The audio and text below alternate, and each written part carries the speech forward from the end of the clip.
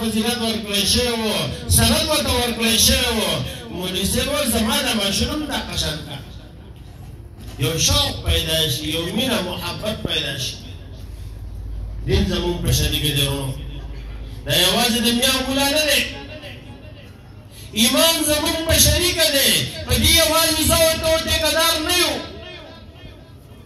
اعمال زمونږ په شریکه دي دا د چا خاص نه دي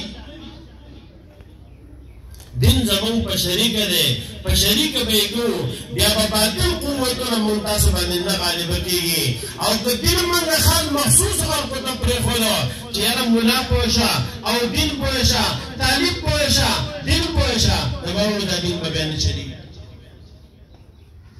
دې دین کې به مونږ ترقي ونه پیدا کېدو دپاره معاشره به په تاسو په کورونو باندې ګرځو هلکه سبا مدرسه کې دستربندي ده راځئ به دکان کې درته وینا کوو سبا دستربندي ده راځئ به